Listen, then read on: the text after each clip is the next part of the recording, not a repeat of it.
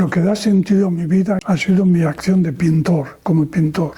Cuando me voy a la cama, mis últimos pensamientos en mi pintura, que es lo que voy a hacer al día siguiente. Es que nosotros no nos retiramos nunca. Claro. O sea que Un artista no se jubila. no se jubila. Todavía quedan cosas para hacer.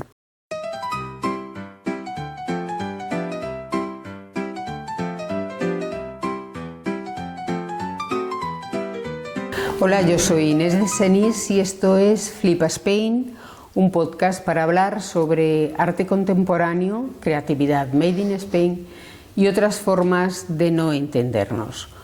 Hoy vamos a conversar con alguien que, como dice el poema de Miguel Hernández, El rayo que no cesa, podríamos decir que es el pintor que no cesa, porque a sus 90 años sigue trabajando, sigue explorando todas esas vertientes del arte, no los 90 años, pero prácticamente todos. Además, en este caso, queremos iniciar con esta entrevista una sección nueva en Flip Spain que se llame Legado. Es una sección que pretende recoger las voces y los trabajos de aquellos creadores más veteranos que contra viento y marea, sin esperar siquiera tener el foco institucional o privado, han seguido trabajando. En este caso empezamos con alguien, como digo, muy veterano, tanto artística como vitalmente, y él es Rafael Canogar. Bienvenido, Rafael. Encantado, Inés. ¿Cómo fueron esos principios artísticos?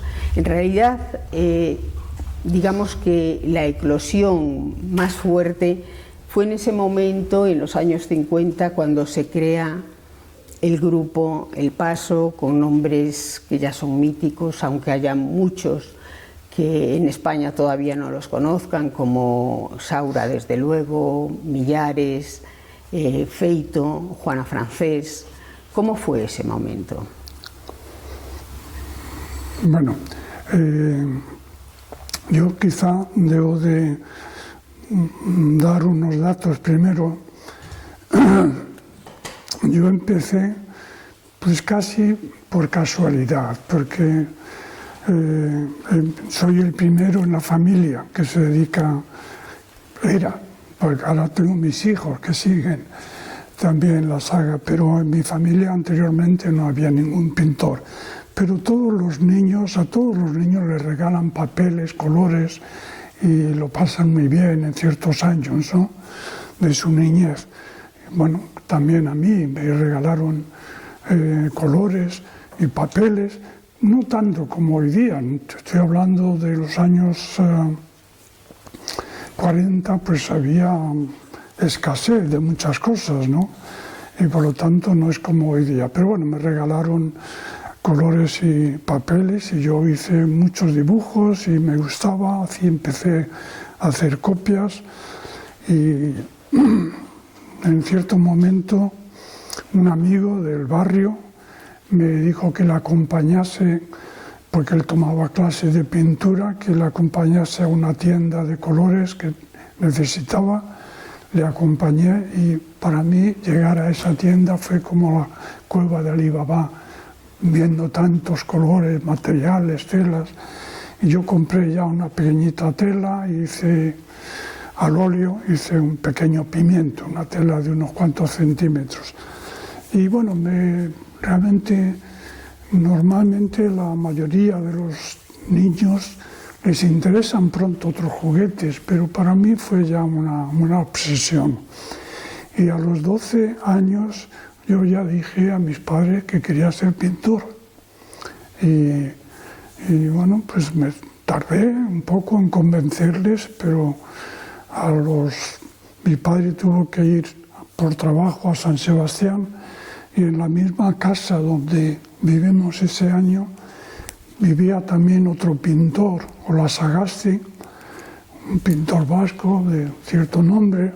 Mi madre enseguida, bueno, subió lo que hacía su hijo a ese pintor y Ola Sagasti recomendó, le gustó y recomendó que tenía que pintar del natural y no copiar de estampas y reproducciones.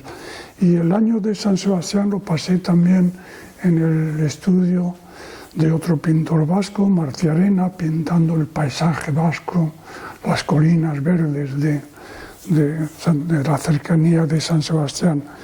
Y ya cuando a la vuelta ya hacia Madrid, para Madrid, ese Marciarena me dijo: tú tienes que seguir pintando, efectivamente, pero busca un profesor bueno.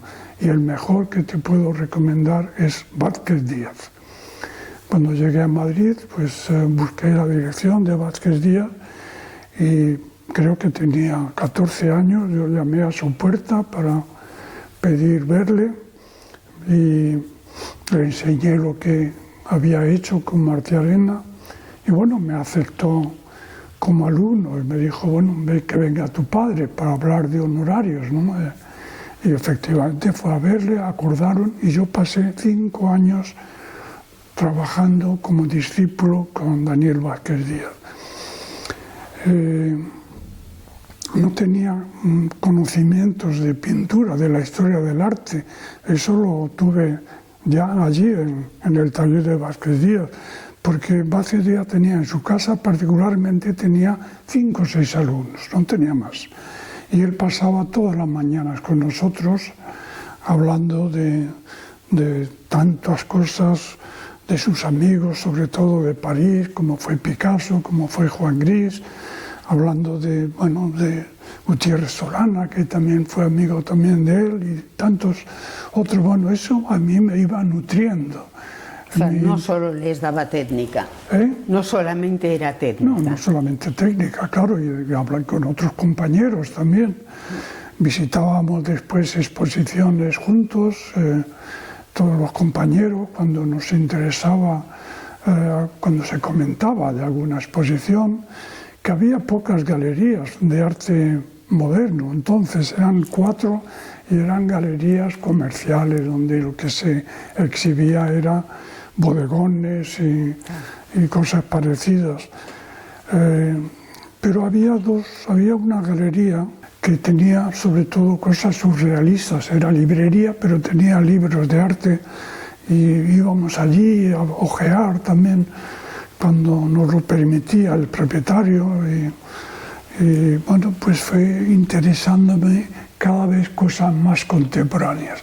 Y yo estos 5 años que pasé con Vázquez Díaz fue de aprendizaje y pintaba un cuadro diario, más o menos, un cuadro diario. Cuando terminaba la sesión del día, con la espátula quitaba lo que había pintado para dejarlo preparado para el día siguiente pintar encima. Eran cartones, eran pequeños tablitas, etc. Y porque sobre todo es como intuitivamente yo lo que quería era aprender. Y ese diario, ese trabajo diario, los comentarios de Vázquez Díaz comentando con otros discípulos también me formó, y cuando después de 5 años yo había ido ya a París también, al final había ido a París, me interesó enormemente la nueva pintura que se estaba haciendo, empezaba a hacerse en aquellos momentos artistas como Dubuffet o el alemán Walsh, que era un poco la ruptura de la abstracción, era algo más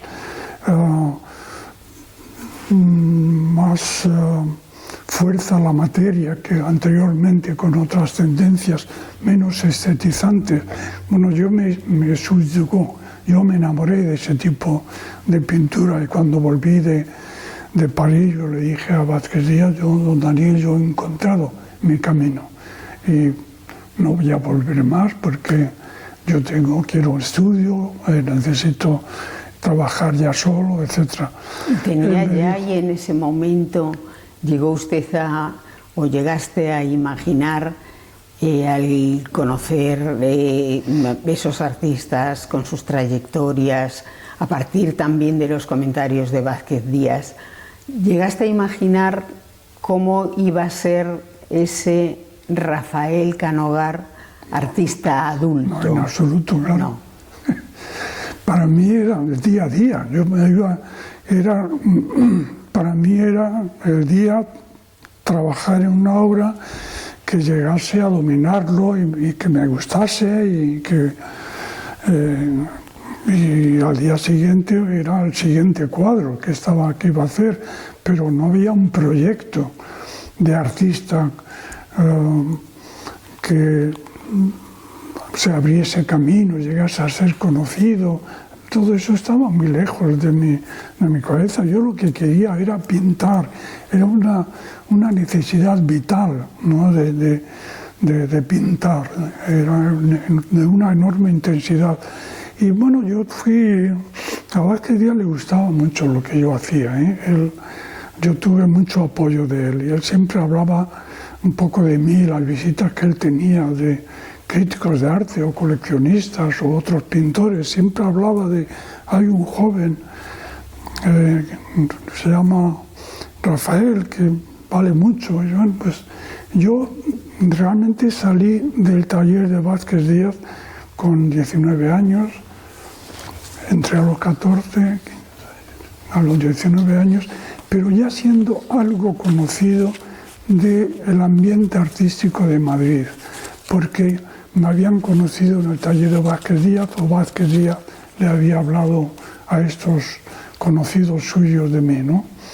Y ya me invitaban a alguna colectiva, a alguna exposición de grupo, una galería también con Cristino de Vera hicimos una pequeña exposición en la Galería Sagra de Madrid, pues sería, no sé, a mis 17 años o algo así.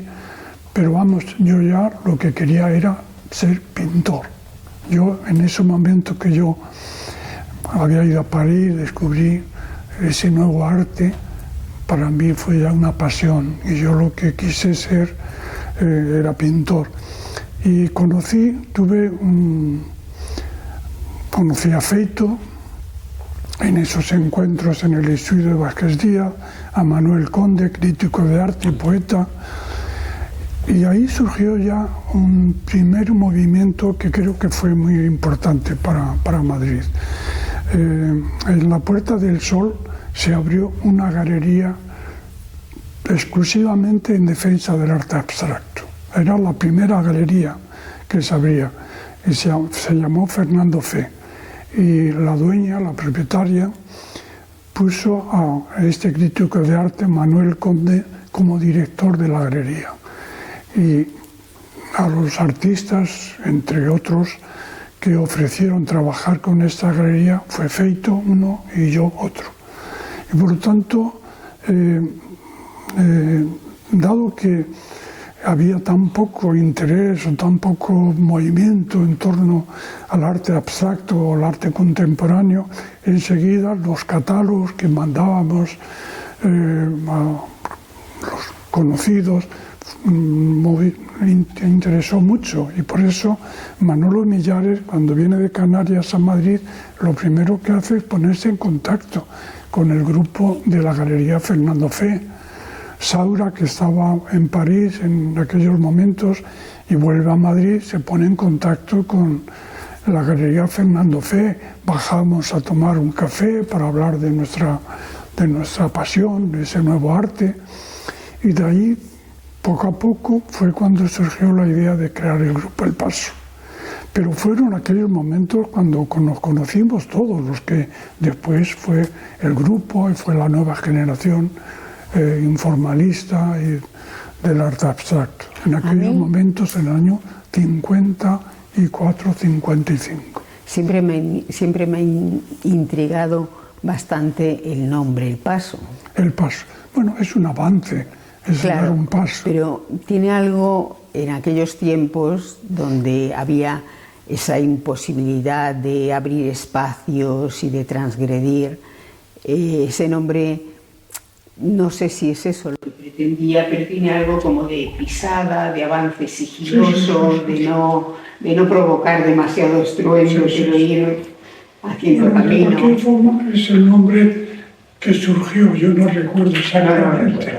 Sí hubo discusión sobre el nombre, pero el caso es que en esas reuniones nos dimos cuenta que ese nuevo arte iba a ser difícil el poder lanzarlo como un proyecto artístico nacional, de poder medirnos con otros artistas en otras partes de Europa a la que habíamos pertenecido, pero por la guerra civil nos había dejado en un puesto en el marginal. Queríamos otra vez incorporarnos nosotros a Europa culturalmente. Recibíamos poca información. España en aquellos momentos recibía muy poca información de qué se estaba haciendo fuera, ¿no? Pero nos dimos cuenta que necesitábamos unirnos, formar este grupo, porque de esta manera tendríamos más fuerza, ¿no? Para poder llevar nuestra arte a lugares que individualmente habría sido muy difícil. Y una de las cosas quizá fundamentales que conseguimos fue convencer al comisario de los pabellones españoles, tanto en la Bienal de Sao Paulo como de Venecia. Y Luis González Robles era un puesto del Ministerio de Asuntos Exteriores en la sección cultural. Tenía nombrado a Luis González Robles como comisario. Y bueno, le llegamos a convencer: Luis, tú debes de llevar al nuevo arte, que es lo que hoy tiene vigencia, es lo que... Bueno, él fue un hombre listo, se dio cuenta que efectivamente podría interesar, y en la Bienal del año 1958 llevó a los artistas de esta generación. Yo era el más joven de todos, supongo que por eso soy el único que vivo, porque era el más joven, pero bueno, llevó a Chillida, del País Vasco, llevó a Tapies de Cataluña, y de Madrid pues a Saura, Millares, a Feito. Estaban prácticamente todos realmente los del Paso. Y realmente quizá ese fue el momento en el que España tuvo una mayor presencia internacional, artística, por lo menos grupal. O sea, yo creo que no ha habido un momento posterior. Ni anterior. Ni anterior tampoco. Ni anterior. Pero efectivamente hoy la presencia española brilla por su ausencia, ya no solamente como representación de un grupo colectivo, como un pabellón con nombres importantes, sino ni siquiera con un solo nombre en muchísimas ocasiones. No, efectivamente. Bueno, yo creo que a mí me parece que hay que tener en cuenta quizá algunos elementos, quizá por qué tuvo ese éxito. Exacto, ¿qué fue lo que consiguió? Yo creo que nosotros recibíamos poca información de fuera. De en cuando íbamos a París a exponer individualmente, cada uno tenía sus pequeñas actividades, pero realmente información era poco. Los grandes artistas españoles se habían marchado. Picasso, Juan Gris, Julio González se fueron muy anteriormente. Por lo tanto, lo que suele ser normal en un país que pasa de una generación a otra, no se dio en el caso español porque se habían ido antes de la guerra civil y no había realmente relación cultural de estos grandes maestros con España. Se había roto todo vínculo, ¿no? De hecho, Picasso era un artista prohibido en España. Se veía algún libro de él en 2 o 3 librerías solamente, la librería Bujol y la librería Nebli y Clan, era donde tenían libros de Picasso, pero Picasso hizo una serie de grabados, Sueño y mentira de Picasso, de Franco. Bueno, era un hombre que estaba mal visto. Bueno, pero por lo tanto nosotros uno de los proyectos del grupo fue tender puentes, un poco de conexión con esa generación de españoles que emigró con anterioridad a París, pero también necesitábamos unas raíces, y esas raíces para nosotros fue el Museo del Prado. Teníamos poca información, pero el Museo del Prado tenían obras maestras, y yo creo que nosotros bebimos de esa gran pintura mucho de la esencia de nuestra nueva pintura. Y a mí me parece que eso le dio una personalidad, una individualidad a ese arte universal que fue el informalismo que se hacía en Japón, en Alemania o en Estados Unidos, pero esa pintura que hicimos en España, sobre todo blanco y negro, muy dramática, que nos viene, nos viene de Goya, nos viene de Velázquez, nos viene de Zurbarán, la austeridad. Yo creo que fueron elementos que nosotros sacamos de estos grandes maestros. Y cuando finalmente, en el año 58, el pabellón español se abre con ese tipo de pintura, parece ser que el mundo se sorprende. De pronto ven un arte español que no conocían. Otros años, otras bienales, había habido obra de arte español, pero no llamó la atención nunca, y sin embargo en ese año fue un éxito enorme. Entre las actividades del grupo El Paso nos tocó también montar una gran exposición que vino del MoMA, en el Museo de Arte Contemporáneo, el pequeño museo, el primer museo de arte contemporáneo que se abrió, se montó en un patio de la Biblioteca Nacional por José Luis Fernández del Amo. Y a raíz de los acuerdos de Estados Unidos con España para las bases norteamericanas, pues también vino como un acuerdo cultural traer una exposición del MoMA. Ese pequeño museo de arte contemporáneo tenía, bueno, lo personal de biblioteca, carpinteros, etcétera, pero no tenía muchos técnicos en arte, y por lo tanto nos pidió el director por qué no montábamos nosotros la exposición del MoMA. Y claro, fue realmente no colgarlo, pero sí decidir dónde colocar y cómo colocar pues el Rothko, los Pollock, el Klein, etc. Y fue realmente maravilloso, ¿no? Una exposición importantísima que seguramente vio mínimamente, no sé, muy pocas personas, porque muy pocas personas estaban interesadas en el arte contemporáneo, en ese arte. Cuando nosotros exponíamos en Madrid, el grupo El Paso, realmente las críticas eran feroces, todo porque en aquellos momentos era la Escuela de Madrid la que realmente se llevaba toda la atención, ¿no?, en los medios y en aquella televisión primera, ¿no? Entonces estábamos dispuestos a la travesía del desierto y no vender, a acomodarse a esa noventa de nuestra obra y hacer pues lo que podíamos, a un mural de alguna forma para tener un poco de ingresos, etcétera. Como a mí me ocurrió, yo tuve que hacer un mural para mi primer viaje a París y di clases de pintura también, etcétera. Uno de los aspectos que me parece interesante del informalismo es que tiene esa parte difícilmente abordable al no ser figurativo, al no representar ideas concretas, al no ser un arte literaturizado.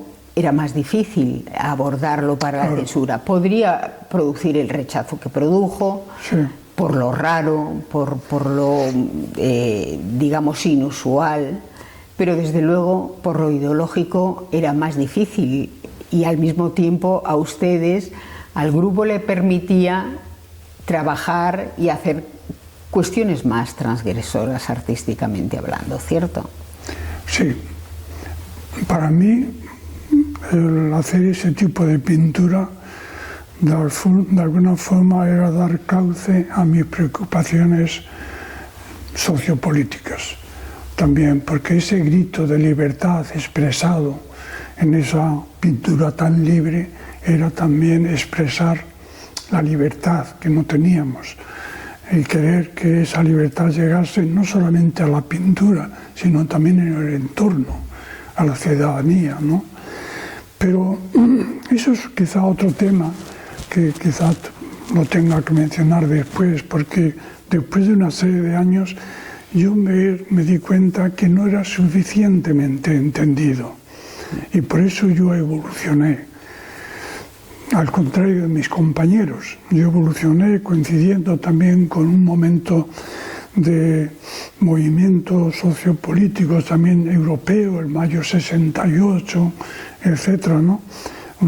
Quizá un movimiento romántico de cambiar una sociedad, buscar una sociedad más justa, y a mí me hizo evolucionar y hacer un arte testimonial, ¿no? de protesta. Pero volviendo al informalismo, estábamos, y volviendo también a las dificultades de vender nuestra obra, pasamos, por lo menos yo, pasé de no vender nada a vender, después de la Bienal de Venecia, venderlo todo. A mí me salió un acuerdo con una galería que me ofreció en Roma trabajar con ellos como para representarme en Europa. Después el MoMA hizo una exposición nuestra, inmediatamente apareció el Guggenheim a ver si lo podía hacer antes. No pudo ser por los tamaños de las obras, pero se hizo un poco después. La Galería Pierre Matisse hizo una gran exposición de 4 de los artistas del Grupo El Paso, y muchas otras galerías y museos expusieron nuestras obras por todo Estados Unidos y por todo en Japón, en casi todos los museos más importantes del mundo. Y yo realmente muchas de mis obras de aquellos momentos que tengo, lo he tenido que comprar con posterioridad, en subastas o en el mercado, porque yo me quedé sin obra. Había una casi diría lista de espera, un poco para poder cumplir con mis compromisos, ¿no? Con galerías, ¿no? La Galería de Roma, por ejemplo, me compraba 25 cuadros al año. Después otro acuerdo con otra galería belga, también otro número de obras. Y bueno, tratando de cumplir con esos compromisos, me quedé sin obra. No fui suficientemente avispado para darme cuenta que yo tenía que guardar un mínimo de obra. Hombre, no era fácil tampoco, porque en realidad puede decirse que en contra de lo que suele ser la realidad de la mayoría de los artistas, que suelen tener comienzos muy difíciles, y no solamente comienzos, sino trayectorias e incluso existencias artísticas muy difíciles, se podría calificar su éxito como un éxito precoz realmente. Bueno, sí, efectivamente, claro, yo tenía muy pocos años, pero también, y precisamente por esos pocos años, cuando se tiene ese éxito, a veces es difícil gestionarlo, saber gestionarlo bien.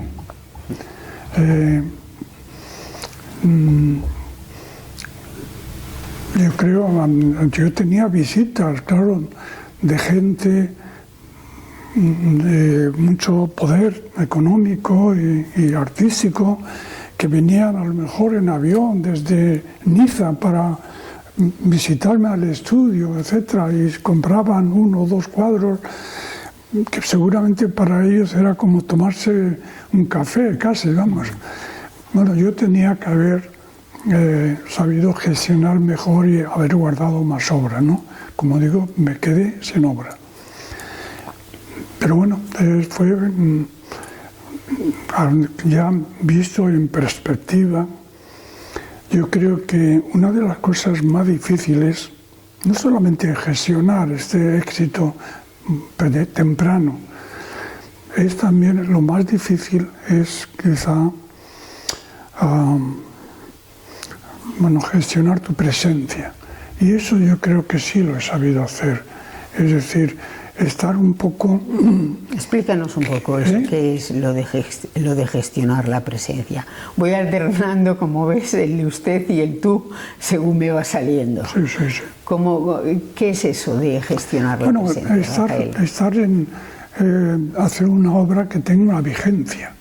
Es decir, yo creo que el tener éxito en un momento determinado puede estar al alcance de muchos artistas, pero son periodos muy cortos, porque hay un movimiento continuo de tendencias. Tenemos que tener en cuenta que las escuelas de Bellas Artes, las facultades de Bellas Artes, van poniendo cada año cientos y miles de artistas. La competencia es tremenda, el mercado es tremendo. Bueno, pues esto indudablemente se puede tener éxito en un momento como yo lo tuve. En aquellos momentos había mucha demanda de mi obra, pero después viene el pop y viene el arte minimal y vienen muchas otras tendencias y bueno, pues se presta poca atención ya a estos artistas, ¿no?, a este tipo de obra. Bueno, yo creo que sentí la necesidad de moverme con mis tiempos y yo evolucioné también al compás de esos movimientos sociales y políticos que estaban ocurriendo. Los años 50 fueron fundamentales para el arte español, pero ¿qué tiene que ver aquella España de los años 50 con estos momentos, o el año 2000? Había evolucionado tanto y mi obra fue evolucionando por mi propia necesidad también de querer nutrirme un poco de qué estaba ocurriendo, ¿no? Yo evolucioné y eso es lo que creo que sí he gestionado mi presencia en el mundo del arte. ¿Y tú crees que el informalismo padeció de alguna manera o quedó truncado con el empuje de esas nuevas tendencias artísticas como el pop, como esas manifestaciones, las performances, las instalaciones y demás, sin llegar a florecer del todo, es decir, teniendo un potencial que no llegó a agotar y que quizá tú seguiste trabajando o sigues trabajando, a lo mejor has vuelto a retomarlo ahora en tu última etapa? Sí, bueno, esto podríamos hablar todo el día sobre estos temas. Indudablemente el expresionismo abstracto o el informalismo fue muy potente y a mí me parece que abrió tantas puertas, fue tan rico de propuestas nuevas en cuanto a materiales, en conceptos de composición, por tamaños incluso de obra, fue realmente muy importante. Pero al mismo tiempo surgieron figuras importantísimas también, como Marcel Duchamp, como Yves Klein, entre ellos artistas que de pronto con una obra como Manzoni, artistas que de pronto tienen un éxito mundial con unas obras muy radicales. Y esto fue también para muchos artistas una especie de señuelo también, que dejar pues una tendencia que posiblemente podrían haber desarrollado más, pero quisieron ir a hacer algo muy radical, ¿no? Yo recuerdo estando en Berlín como artista residente, me invitaron a estar en el año 69, 70, 71. Bueno, yo estuve en el 69 y en el 71. Entonces Berlín invitaban a muchos artistas porque era una isla, ¿no?, en el mundo socialista de la Alemania. Y iban muchos artistas, entre ellos muchos artistas conceptuales, muchos artistas que llamaban entonces body art.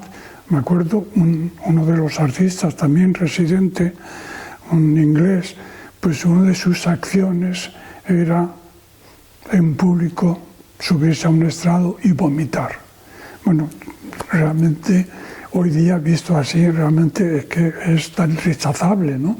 Pero realmente eran cosas que los artistas querían con esos movimientos y posicionamientos tan radicales, llamar esa atención, como tuvieron estos otros artistas.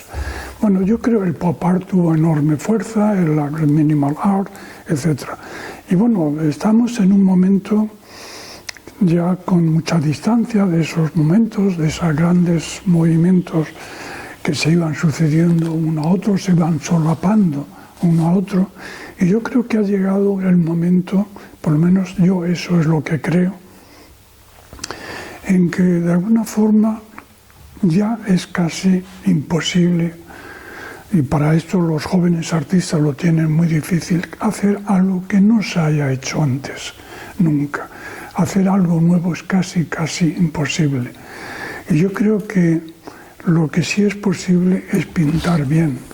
Yo creo que en eso es en lo que yo creo que hay que recuperar, por lo menos yo quiero recuperar eso que a mí me enamoró, esa forma de expresión pictórica, de crear belleza con esa libertad, con la materia. Eso es lo que yo quiero recuperar, que no es volver atrás, es sencillamente, como ocurrió en el Renacimiento con ciertas fórmulas clásicas, es dar un paso también adelante, también hacer una nueva propuesta, volver a un arte que nos vuelva otra vez a enamorar, que sea también un lenguaje plásticamente de disfrute, de goce, de amorarse, de verlo, ¿no? Eso es lo que en mi obra última yo quiero hacer, recuperar precisamente ese pulso, ese rastro, esa impronta del hombre en la materia. Claro, es una relación con el arte mucho más matérica que conceptual. Sí, sí, porque es mi paisaje también. Yo soy castellano y es mi paisaje. Es lo que a mí me impresionó también de la tierra, de cuando iba a Toledo, venía de Toledo, esa tierra labrada.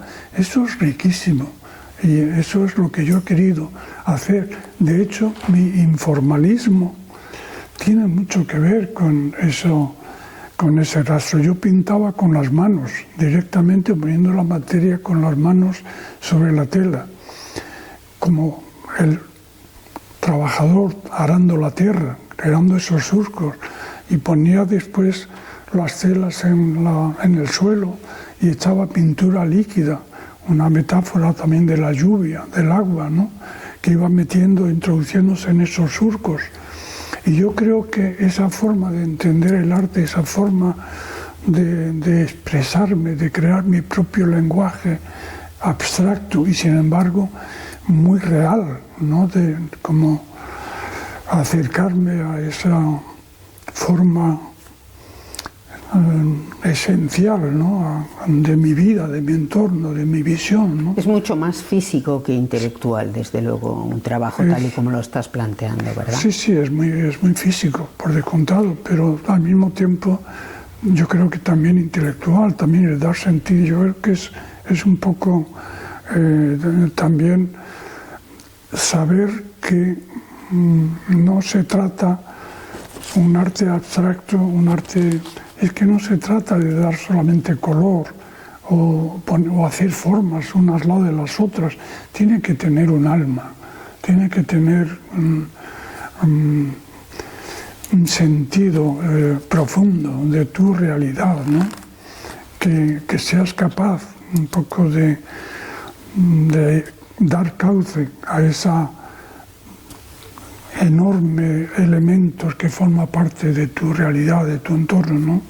Y yo lo quise a través de, como digo, de mi castellanidad, ¿no?, de ser castellano y eso que fue para mí importante en mi entorno, ¿no?, paisajístico. Yo creo que ahora mismo, en la pandemia, durante la pandemia, me fui a una casa que tenía en las afueras, vamos, en la costa, y entre otras cosas, pues fui viendo todas las ferias de arte que hay en el mundo. Y es que es tremendo, es que se parecen todas. Parece que estás o en Arco, o estás en la FIA, o estás en el otro, porque el mercado del arte tiene tal fuerza, el artista joven tiene tal necesidad de crearse su propio mercado, de su propio su hueco en el mundo del arte, que van siguiendo modelos que se repiten en un lado y en otro y en otro. Hoy día se sabe un artista de éxito qué ha hecho el día de ayer en su estudio, porque los medios enseguida lo distribuyen y tienen una enorme influencia en los jóvenes artistas que están buscando nuevos modelos, que sea fácil de venderlo, de ponerlo en el mercado. Bueno, yo creo que esto es lo difícil que tiene un joven artista, y por eso yo creo que debemos otra vez de reconsiderar la creación. Y como dijo Van Gogh, yo lo he repetido muchas veces estas palabras de Van Gogh porque a mí me parece que son muy elocuentes: hacer de tu pintura como si fuese tu escritura, un lenguaje capaz de mostrar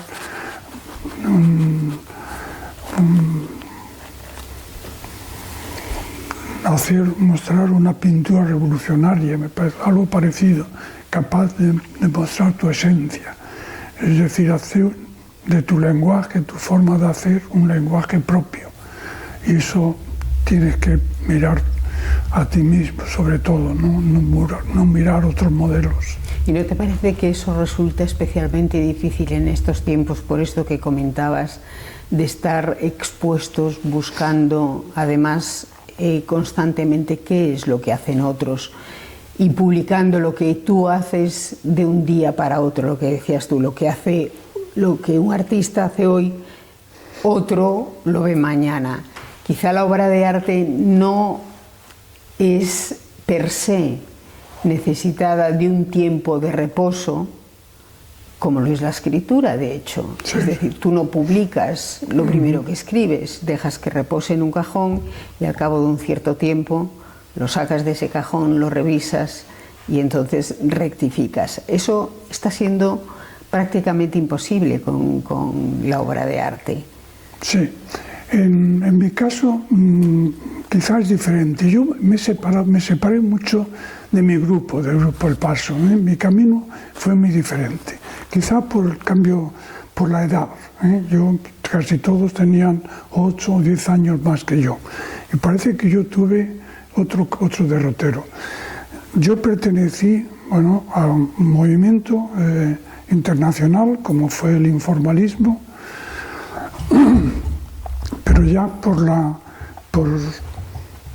crisis primera de los años 60 del informalismo, por la aparición de nuevos movimientos y, como he dicho, también por esa aparición de una conciencia sociopolítica que fue un exponente en mayo 68, yo me sentí muy llamado a dejar también una obra testimonial. Lo he comentado antes, no era suficientemente entendible el mensaje sociopolítico del informalismo y yo quise recorrer parte del camino y acercarme al espectador para hablar de temas que nos llegaban también, tanto a ellos como a mí, a través de los medios de comunicación, de luchas por la libertad, protestas, etc. Y yo di imagen a esa lucha colectiva, sí, con mucha cautela de no bajar el listón de la creatividad.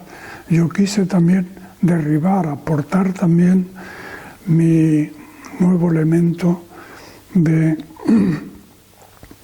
derribar la compartimentación entre la pintura y la escultura.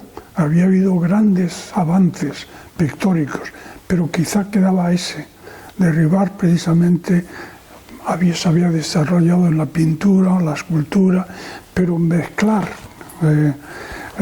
estos dos elementos, que fue mi obra testimonial, para mí fue importante.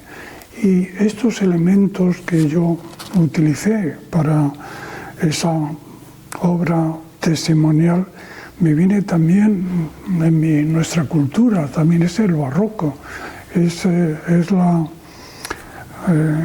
barroco español, la imaginería, es la contrarreforma que se utiliza tanto en los retablos, esas figuras en relieve saliendo de la superficie plana, ¿no?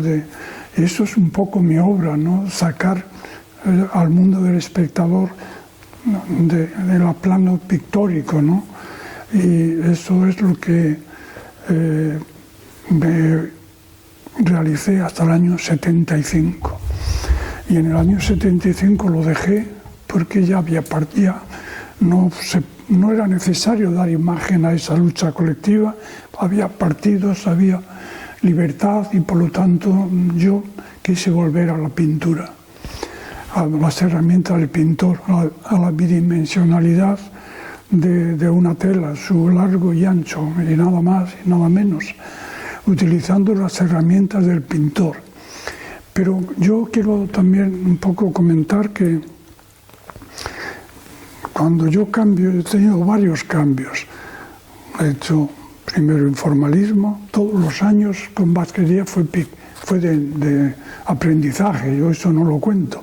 Fue el informalismo, fue después la obra testimonial, después vino la parte pictórica de planas con metasignos que iba creando una especie de telón, ¿no? Para rechazar el espacio virtual de una ventana, que es como se ve muchas veces la obra pictórica. Bueno, entre un momento y otro hay momentos, 2 o 3 años de búsqueda.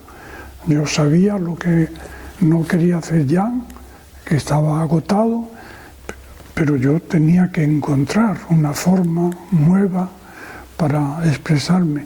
Y esos movimientos, esos 2 o 3 años de búsqueda, para mí son muy importantes. Y a veces, con el tiempo, muy buscados también por un mercado del arte, porque a mí me parece que fueron aciertos, pero no era lo que yo buscaba, y por lo tanto me iba dando el paso a la siguiente obra, y cada obra me iba dando el siguiente movimiento. Pero hay obras que yo recuerdo, por ejemplo, en Estados Unidos estuve dando un curso entero y allí cambié, hice una serie de obras, hice una exposición en el college donde estuve dando clases, pero todas aquellas obras fueron muy seguidas y muy compradas y he tenido incluso compradores que durante años me han ido preguntando, ¿tienes alguna obra más de aquella? Y no, se terminó, fue un corto tiempo y se vendieron todas, pero yo iba buscando otra cosa y finalmente fue la tercera dimensión, pintada de negros en casi color, y fue una serie de años con unas ideas muy claras, y ese fue mi segundo periodo, etcétera, etcétera. Pero para mí los periodos de búsqueda son muy importantes y yo no he tenido nunca, he metido en un cajón esas obras que he ido realizando, las he expuesto al mismo tiempo, siempre. En la exposición retrospectiva que hice en el Centro había varias de esas obras. Cierto. ¿Por qué cree Rafael que en este momento, o desde hace años ya, el arte español es el gran ausente del arte internacional? No hay un arte español en el mapa del arte internacional. Bueno, es evidente que tiene muchísimo que ver nuestro país, nuestra administración, nuestros estamentos culturales, nuestro peso específico en el mundo. Es que realmente España ahora mismo cuenta muy poco, al contrario de lo que dice Pedro Sánchez, eso cuenta muy poco. Económicamente e incluso en Europa hemos perdido un enorme peso últimamente. No tenemos no tenemos ni la fuerza económica, ni las ayudas, ni la comprensión de lo que es una obra de arte y el puesto que debe de ocupar en la sociedad, ni el valor económico que va a dar después en el futuro como industria económica, aparte de cultural. En parte, un porcentaje altísimo del turismo, que es la gran industria española, es por los museos, por el Museo del Prado, Reina Sofía, etc. Eso, nosotros estamos creando también esos futuros museos, también por lo que vendrá mucha gente, pero en el Ministerio de Cultura están en otras cosas. De hecho, el nombre de esta sección que estamos inaugurando con tu entrevista, que se llama Legado, hace mención precisamente a ese legado que es, o que no es otra cosa que una herencia que nos pertenece a todos. No solamente es la obra de un artista en particular, como puede ser tu obra, sino esa obra que configura un momento histórico, una memoria determinada, sí, que representa a una época, a una generación determinada, y que si no existe, si no institucionalmente no se le da valor, se borra. Es como una página en blanco en la historia. Sí, sí. No, efectivamente. No es la primera vez que ocurre. Las grandes obras del siglo de oro nuestro, del barroco, fueron bastante desconocidas y tuvo que venir Manet a Madrid y ver el Prado y llevar la noticia de ese gran arte que estaba en el Museo del Prado, llevarlo a Francia, y empiezan a llegar visitas por la influencia de Manet. No es la primera vez, pero efectivamente debería de ser una lección, ¿no? ¿Y tú crees que cabe alguna iniciativa que contrarreste eso? O sea, dando por descontado que quizá no se pueda contar con un apoyo institucional, ni siquiera con un apoyo privado, sino desde la parte cívica. El hecho de que el Paso haya sido un grupo, el hecho de tener un grupo supone una célula de acción, ¿no? Hoy por hoy lo más habitual es que los artistas trabajen de una manera muy individualizada, cada uno buscando su carrera, su forma de proyectarse internacional más que nacionalmente y de forma individualizada. ¿Ayudaría el hecho de tener un movimiento colectivo? Sin duda. ¿Por qué tuvo esa fuerza el arte español en aquellos momentos, en los años 50? Es que teníamos una especie de meta muy importante. Reivindicar nuestra posición, y necesitábamos hacer un arte muy fuerte precisamente para ocupar ese espacio. Eso no solamente ocurrió en España, ocurrió incluso en Estados Unidos. En Estados Unidos, en los años 40 o 30, digamos, el arte americano no era considerado. El gran coleccionista norteamericano venía a Europa, sobre todo a Francia, a comprar su arte para sus colecciones. Y la generación de Nueva York, de la Escuela de Nueva York, necesitó hacer precisamente un arte muy potente, precisamente para reivindicar su fuerza y su presencia en el mundo del mercado del arte.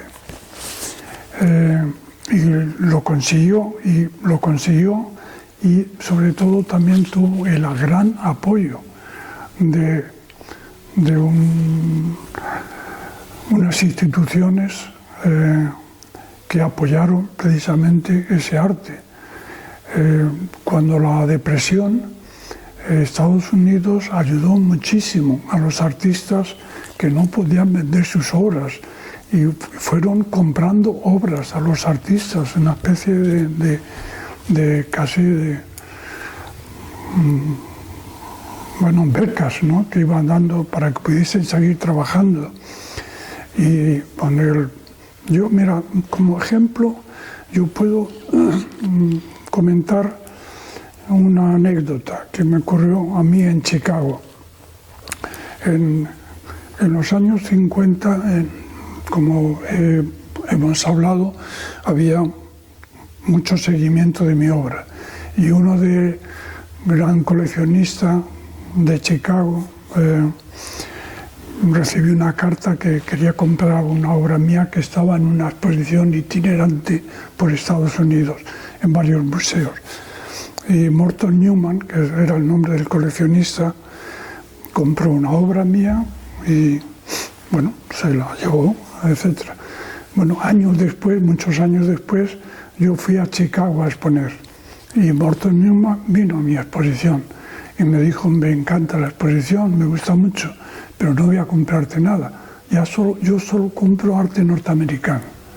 Me invitó a su casa para enseñarme su colección, tenía una colección realmente impresionante, pero me explicó: yo solamente compro arte norteamericano porque lo que yo he comprado tuyo, o lo que he comprado de Tapies, o lo que he comprado de Salo, yo lo compré por 10, yo ahora lo puedo vender por 12 o por 13.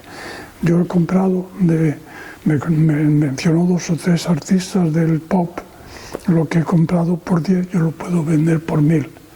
Y era el dinero, era la parte económica, pero también indudablemente supieron vender muy bien ese producto norteamericano, esa tendencia, porque tuvieron muchísimo apoyo.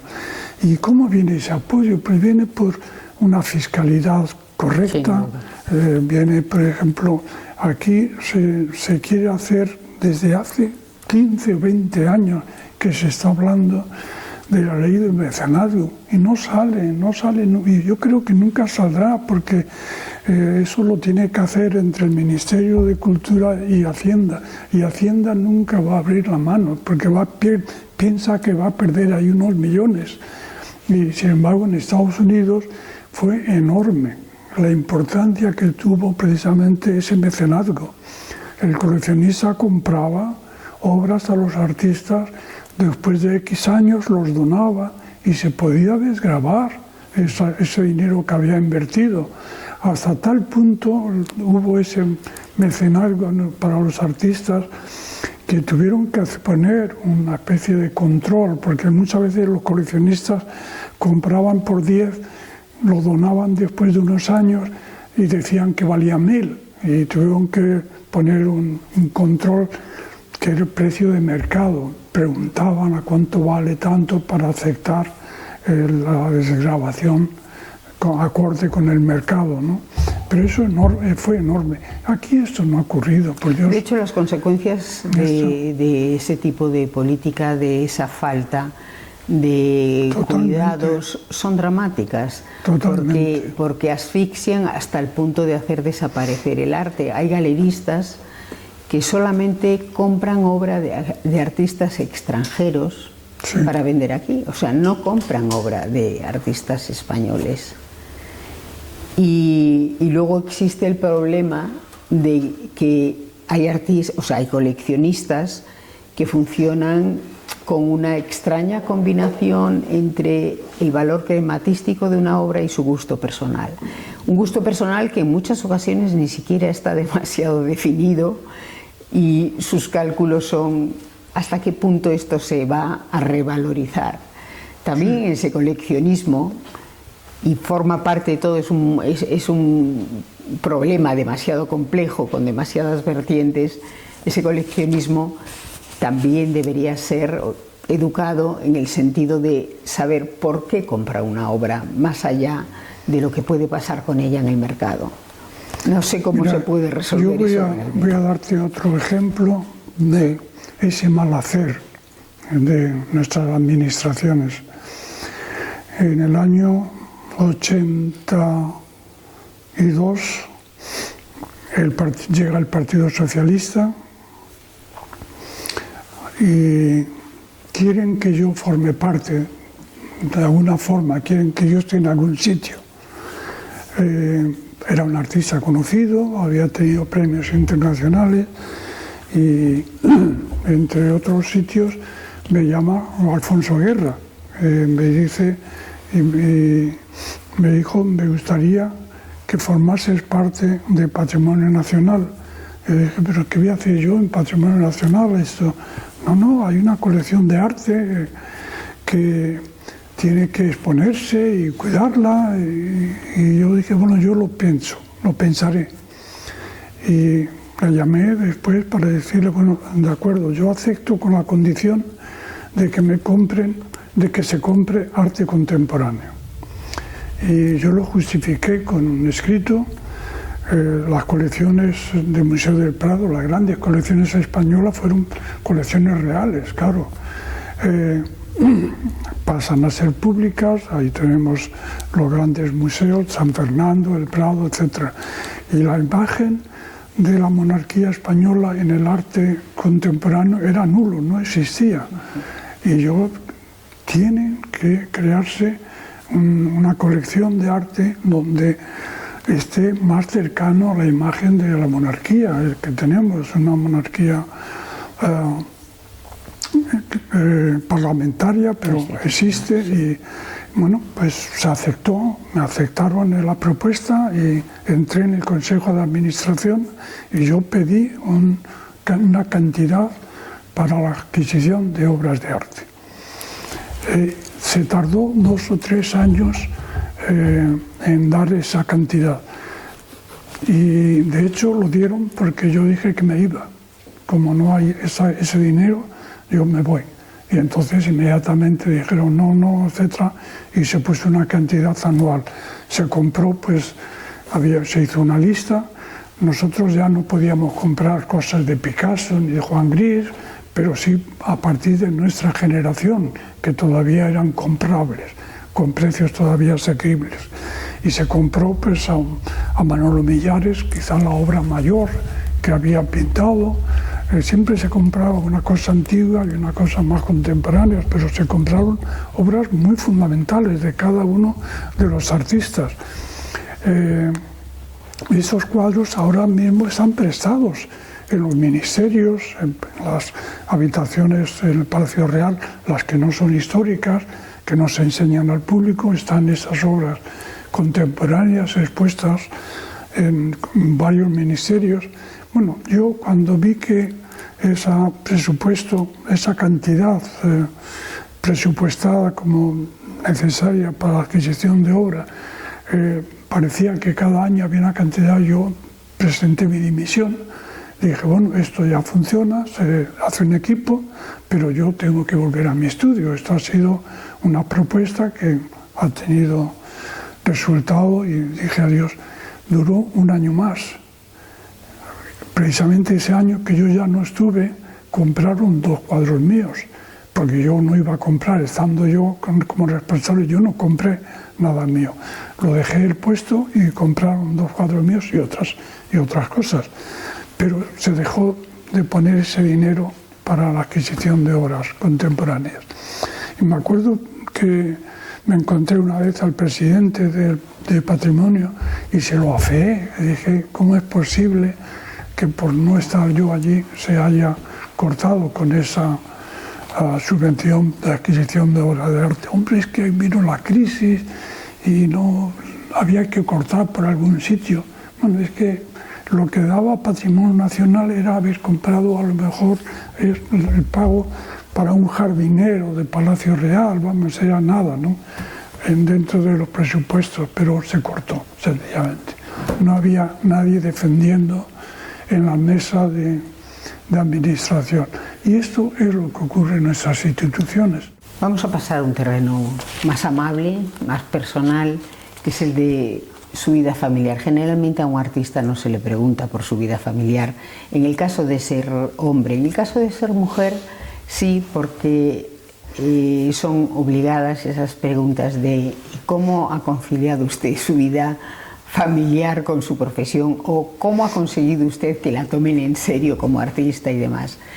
En el caso tuyo, Rafael, es inevitable porque además tienes una familia con una descendencia que se dedica también al arte. ¿Cómo ha sido esa relación familiar con el arte como eje? ¿Discutís entre vosotros ¿Cómo lo habéis llevado? Bueno, bien, muy bien.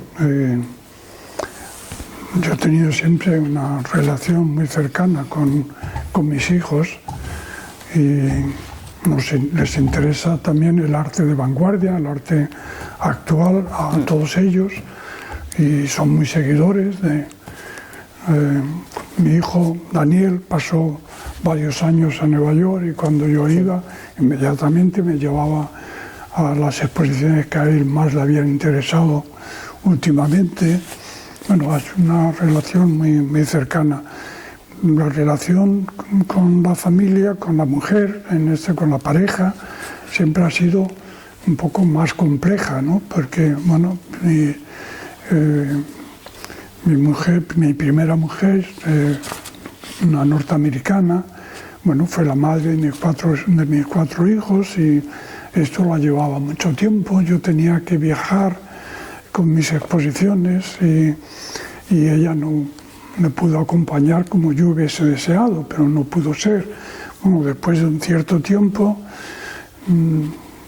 bueno, yo me divorcié y tuve un nuevo matrimonio y quizá ahí pues no ha sido el momento de crear la fundación, no ha habido un acuerdo porque quizá ha querido jugar Para mí la fundación es como, hacer un poco, dejar el legado de mi obra a cargo de mis hijos, ¿no? También porque yo por mi edad tengo que pensar un poco ya en ello, pero yo la continuidad estará en ellos, ¿no? Yo por lo que yo pueda todavía desarrollar o estar.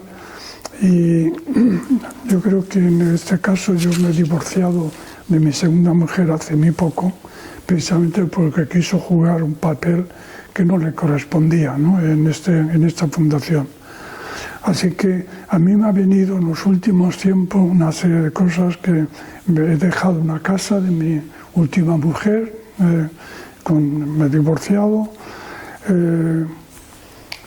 dejé una casa con obras, con libros, con tantos objetos, de otra segunda casa que tenía también en Marbella me deshice porque en mi posición ya de divorciado no tenía sentido.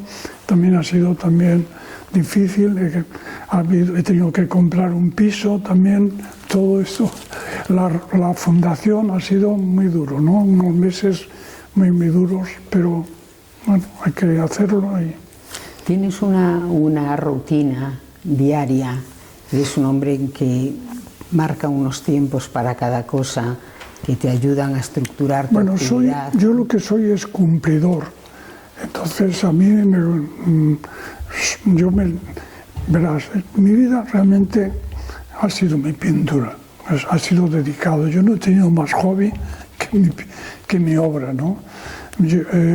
Es que yo, lo que da sentido a mi vida ha sido mi acción de pintor, como pintor. Y por lo tanto mi deseo es pintar cada día y a cada momento, pero muchas cosas me lo impiden. Esta misma entrevista, si no tuviésemos esta entrevista, seguramente estaría yo pintando.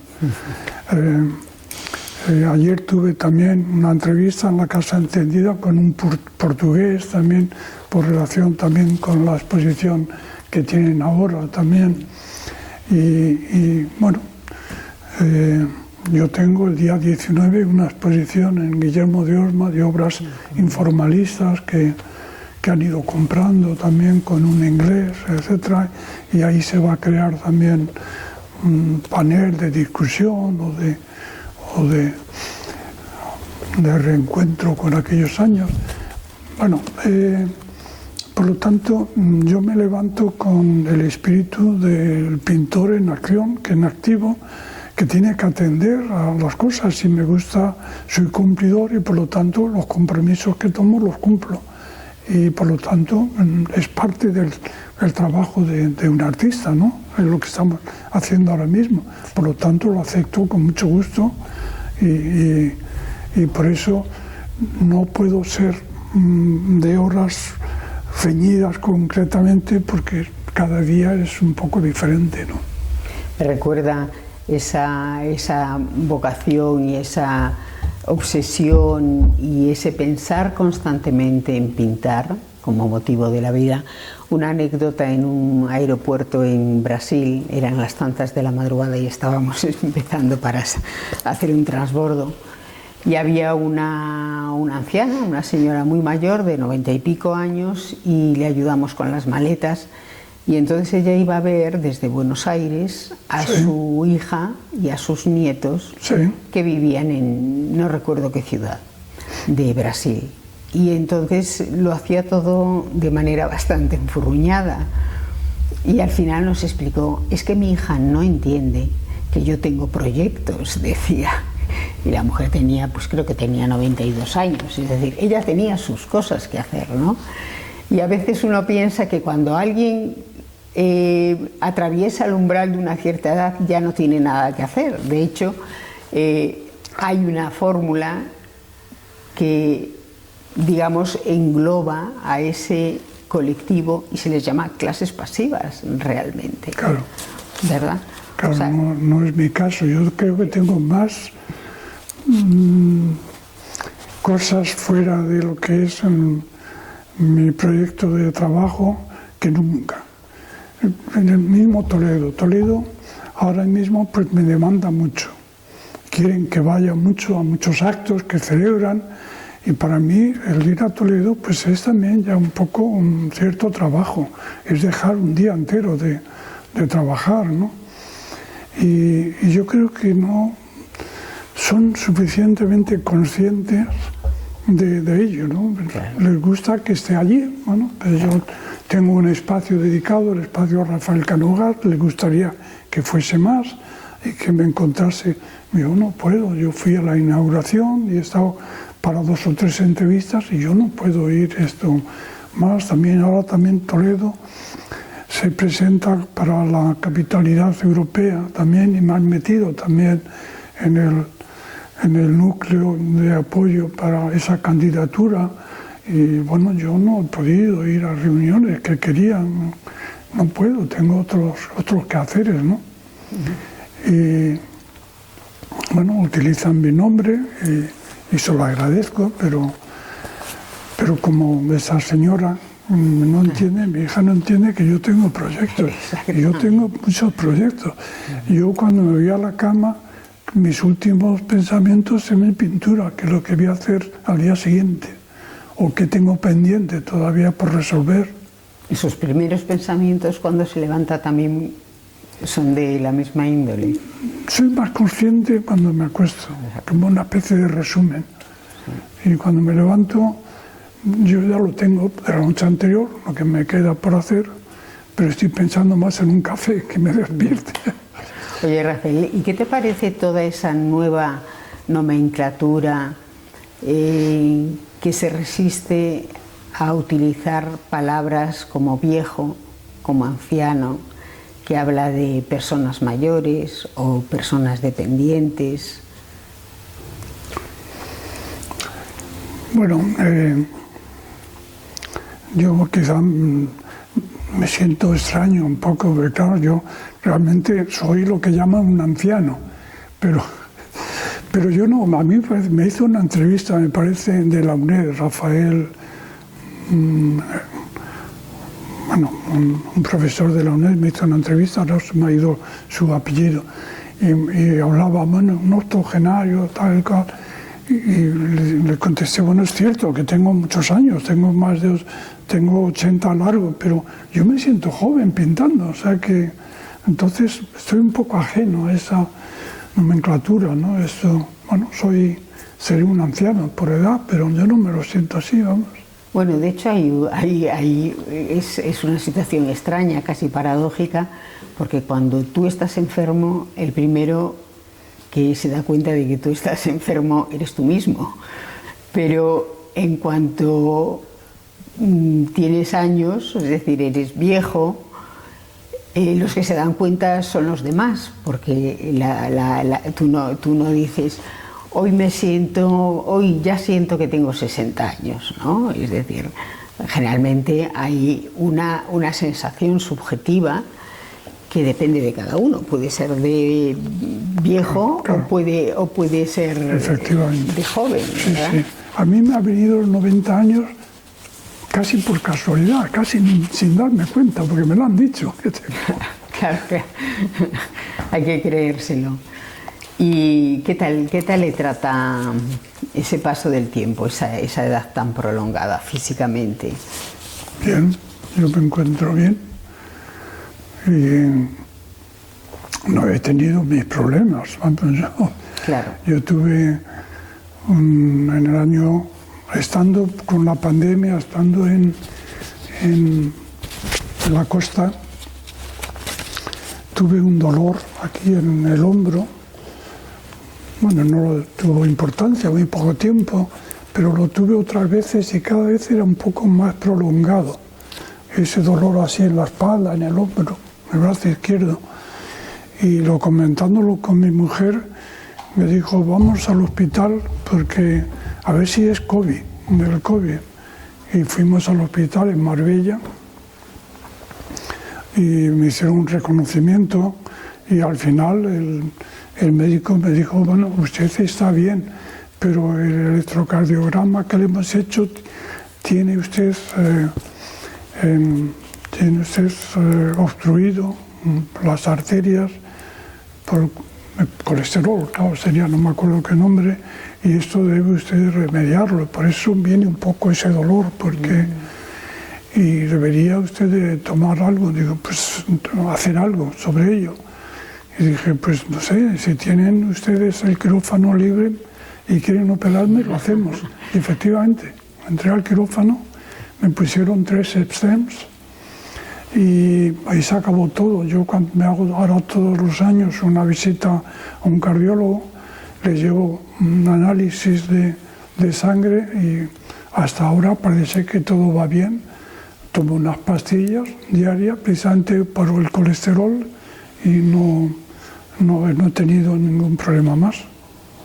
En esos proyectos que hablábamos, ¿no?, que tenemos, o que tienes todavía pendientes, creo que era una de las entrevistas que te hacían en Centro, hablabas de que tu objetivo era continuar hasta conseguir esa esencialidad, ¿no? Sí. Así como tu voluntad en el informalismo, en la época del Paso, fue dejar una serie de imágenes que reflejasen aquellos momentos. Esa esencialidad, hoy en día, ¿qué imágenes querría dejar? Pues es a través de la belleza. A mí me gustaría hacer poemas plásticos y ese es mi intento, que tenga ese poder, ¿no?, de llegar a ellos a través de esa conexión, si se quiere, psicológica, ¿no? O de sensualidad, a través del color, de la materia, del rastro. Crear belleza, eso es lo que a mí me importa sobre todo.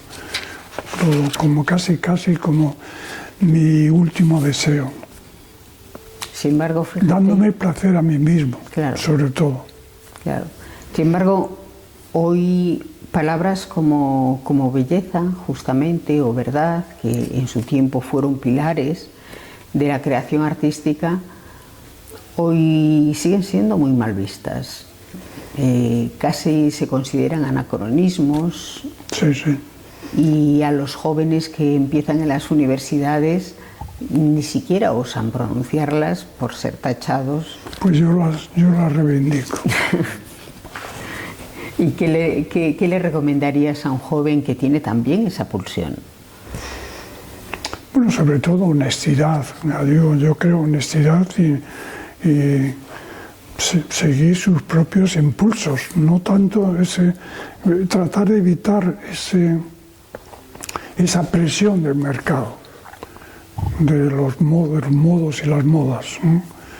Tratar de mirarse y de estudiarse y conocerse a sí mismo. ¿Te parece que esa belleza. Pero el mundo, de todo el mundo es muy feo. El mundo es muy bello al mismo tiempo, pero tiene una enorme fealdad. Y estamos en un momento enormemente peligroso y realmente un momento muy duro, muy crudo, muy peligroso incluso. A mí me parece que yo veo supremo crear espacios de belleza y de reflexión y de contemplación. A mí me parece fundamental. Yo me realizo así.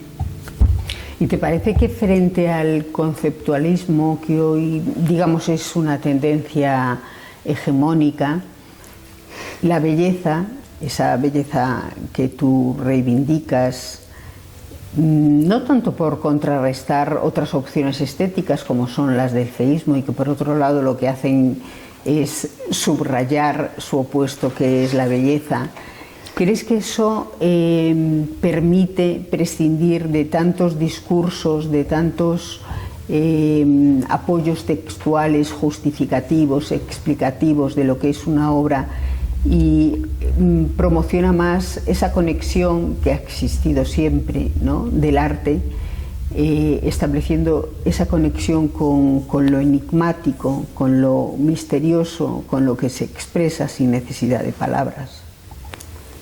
Sí, sí, claro. Es que para mí quizá ese deseo de esencialidad es precisamente acercarme en lo posible a esa condición humana de dar sentido a nuestra presencia. Es buscar un poco lo sublime. Claro. Y por eso he hablado también un poco de poemas. A mí me gustaría pensar que de estas obras que tenemos pequeñas en el fondo, blanco y negro, que sean como poemas pictóricos, ¿no?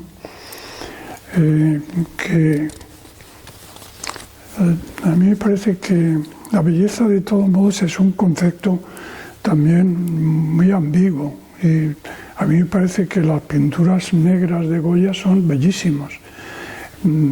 Toda obra tiene un momento, como lo fue el informalismo. Voy a decir algo que es absolutamente cierto. El informalismo creaba rechazo en momentos, en los años 50, en la gente. Realmente creaba rechazo. Hoy día, un cuadro mío informalista de esos años 50 es más aceptado que una obra actual que estoy haciendo. Lo he comprobado muchísimas veces. ¿Y por qué? Porque ese informalismo de los 50 es parte ya del acervo cultural de todos. Ha pasado a formar parte de nuestro conocimiento y por lo tanto está aceptado, como fue Van Gogh. Van Gogh en su momento no vendió ninguna obra. Hoy día puede estar en la habitación de la persona más inculta artísticamente hablando, y sin embargo verlo como algo decorativo, algo bello. A mí me parece que cuando Goya pintó aquellos cuadros, pinturas negras, tenía unos mensajes duros de aceptar los abrujos, y sin embargo ese mensaje ha perdido vigencia, y lo que tiene vigencia es lo plástico, que es la belleza de sus pinceladas, de sus composiciones, de sus colores. Los cuadros mismos de la lucha contra los franceses, el 2 de mayo, etc. Todo esto fueron obras muy duras en aquellos momentos, pero hoy día son bellísimas. Eso ya es histórico, es parte del acervo cultural, es parte de la cultura, y son bellísimos, cómo están compuestos y cómo están simplificados las formas, y esa figura que está frente al pelotón, una cosa más bella, vamos.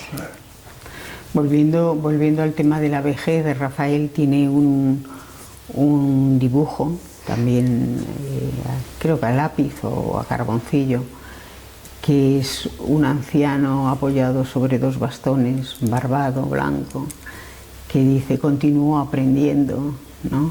Sí. Que es un motivo que no es propiamente de Goya, hay otros precedentes del italiano Ancora imparo y cosas por el estilo. Exactamente. ¿Sí? Es decir, quizá en esa vejez que se estabula a las personas en lugares donde las arrinconan, no tienen nada que hacer, cabría reivindicar esa actividad para seguir haciendo cosas, ¿no? Para que una vez que tú dejes de hacer una labor productiva, una labor que el mercado requiere. Sí. Bueno, yo creo que es una parte de formación, de educación también, quizá falta que esta sociedad tome esos temas y lo medite precisamente para crear en estas personas mayores crearles intereses por que la sociedad ofrezca, tomar vías de entusiasmo otra vez por actividades nuevas para ellos cuando ha dejado su trabajo habitual, y ahora pues hay esa dejadez, no hay mucho interés, y esto a mí no me ha faltado y por lo tanto por eso no me considero viejo, que lo soy, pero no me considero. Quizá el artista de algún modo se está entrenando permanentemente para eso, ¿verdad? Sí, totalmente. Sí. Es que nosotros no nos retiramos nunca. Claro. O sea que un artista no se jubila. No se jubila. No se jubila.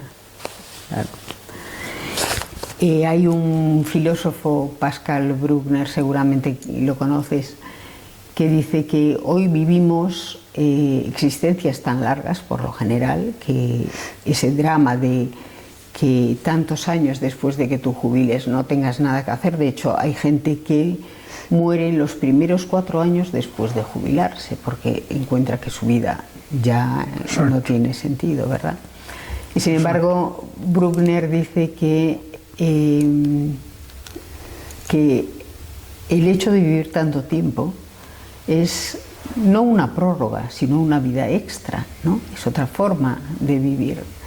Y eso es algo que efectivamente desde el arte se ha mantenido siempre así, porque no se ha pensado en vidas extras, sino que se ha pensado en un continuum, pero que habría que hacer llegar a la gente que envejece y se plantea ese tipo de cuestiones que no se ha podido plantear antes, y que es justamente en ese momento donde tiene que pensar el valor de la vida, ¿no? Sí. No el valor de la vida. Sí, totalmente de acuerdo. Para otros. Así cuando tú hablas con tus hijos sobre arte, hay un intercambio de ideas, es decir, ellos te aportan cuestiones que a ti pueden resultar útiles para tu trabajo y viceversa.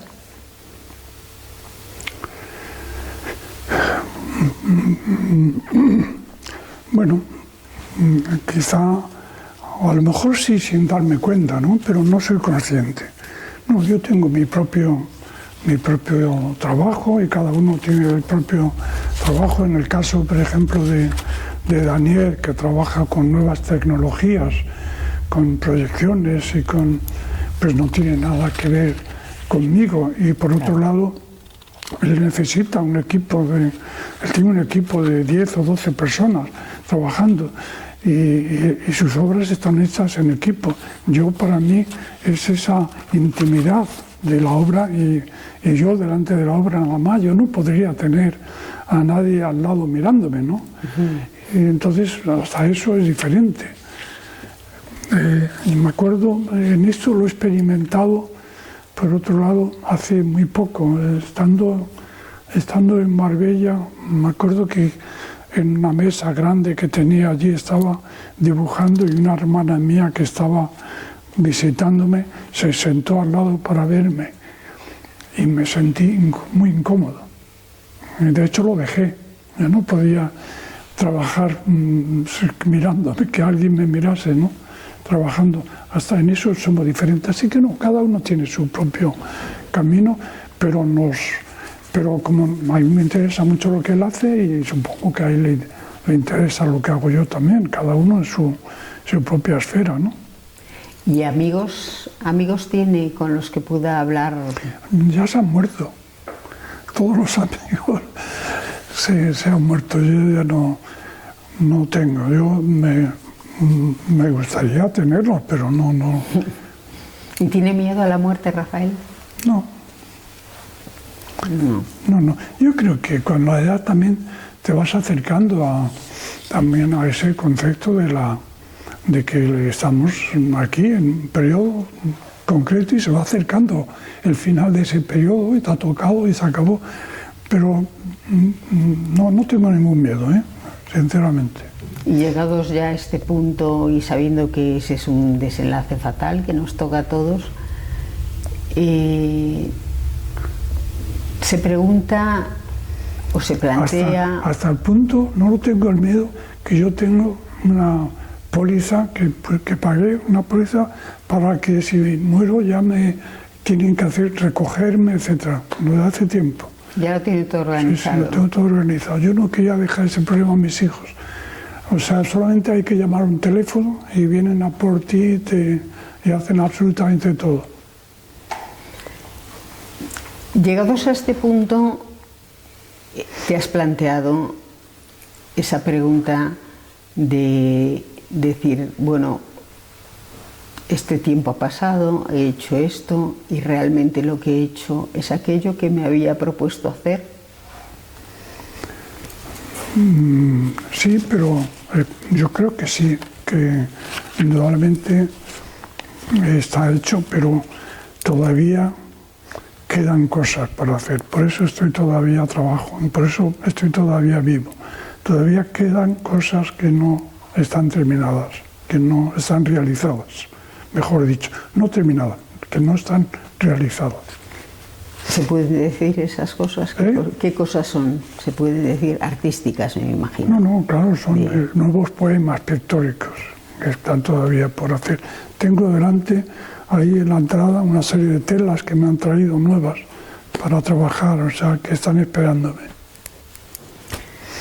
Pues llegamos al final de esta entrevista, Rafael, de esta entrevista que, como decíamos, inauguramos contigo, que se llama Legado y que pretende iluminar la trayectoria de esos artistas que a lo largo del tiempo y con existencias tan largas como la tuya han seguido trabajando y constituyendo ese legado que no solamente es el legado del artista, sino también el legado que pertenece a la sociedad de la que forma parte ese artista. Pues yo, de todos modos, he querido que mi obra llegase a la gente y si llega efectivamente y si es considerado parte, pues me sentiré muy feliz y desde el otro lado también. No, yo creo que el arte se realiza en la proyección en los demás, ¿no? Así que si algo de esto se ha cumplido, me hace sentirme feliz. Pues por nuestra parte, no solamente darte las gracias, sino desearte que ese tiempo que necesitas para culminar esas cosas que son importantes para ti, para cerrar ese capítulo vital y artístico, sea suficiente y puedas hacerlo, y que nuestros espectadores lo disfruten. Esto ha sido el primer episodio de Legado de Philippa Spain. Gracias por estar ahí. Si os ha gustado y os interesa, esperamos que sí. Os agradecemos vuestro like y lo compartáis y por supuesto que volváis.